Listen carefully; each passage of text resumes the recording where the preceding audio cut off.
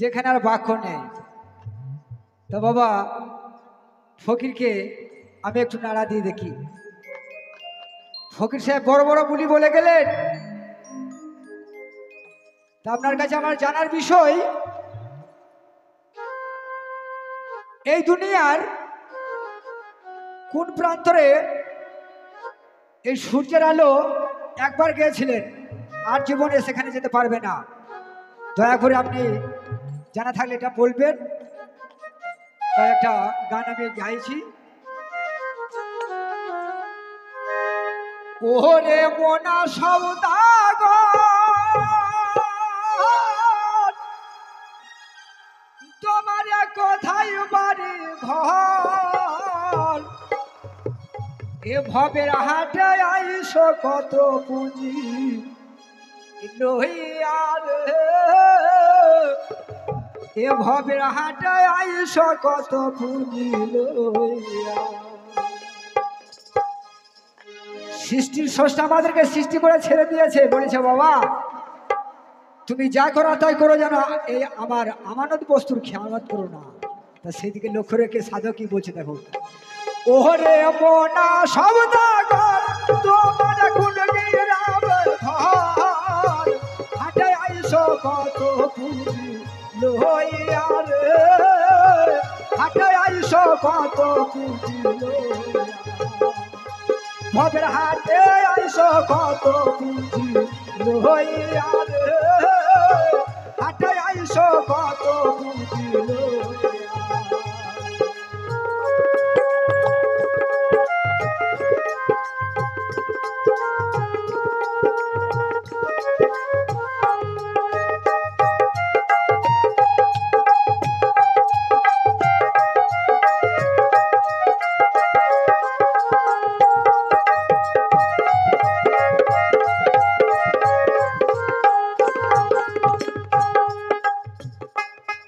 তুমি রূপগঞ্জের বাজারে এসে সওদা করলে কি, যে সওদা করতে এলে তারে চিনানি,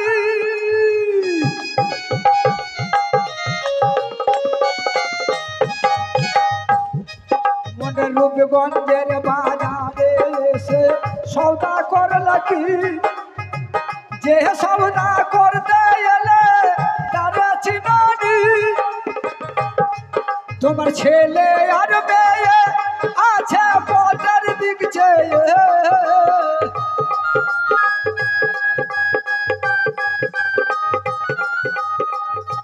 তোমার ছেলে আর মেয়ে আছে পথের দিক চেয়ে, কত কিছু আনবে আমার বাবা,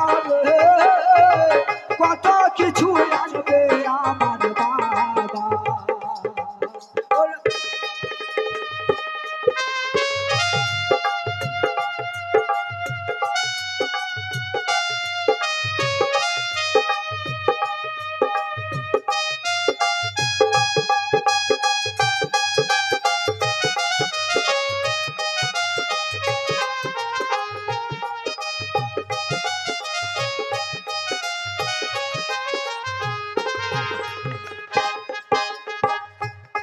দরদিরা,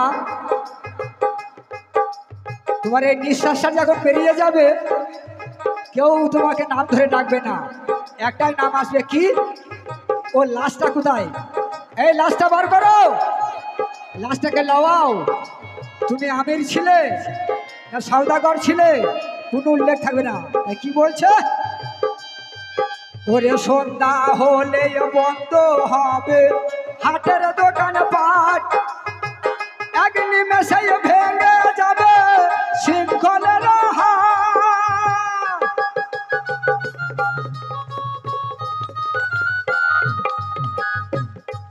ওরে সন্ধ্যা হলে বন্ধ হবে হাটের দোকান পাট, এক নিমেষে ভেঙে যাবে শৃঙ্খলের হাট, তখন হবে অন্ধকার কোনা সঙ্গে যাবি কার,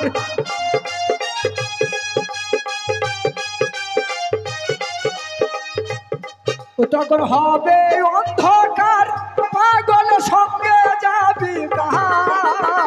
সময় থাকতে মুর্শিদ লাও বউ জিয়া সময় থাকতে সাথী লাও খুদিয়া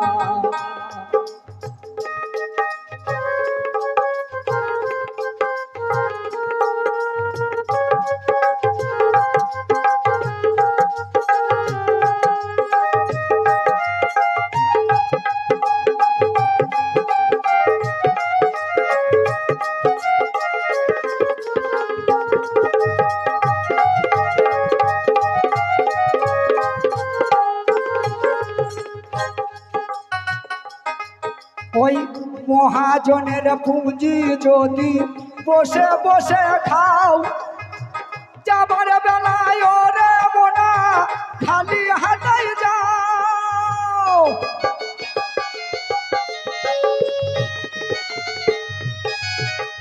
মহাজনের পুঁজি যদি বসে বসে খাও যাবার বেলায় ওরে মোনা খালি হাতাই যাও পারে মহাজন যারা ঢুকতে দেবে না তারা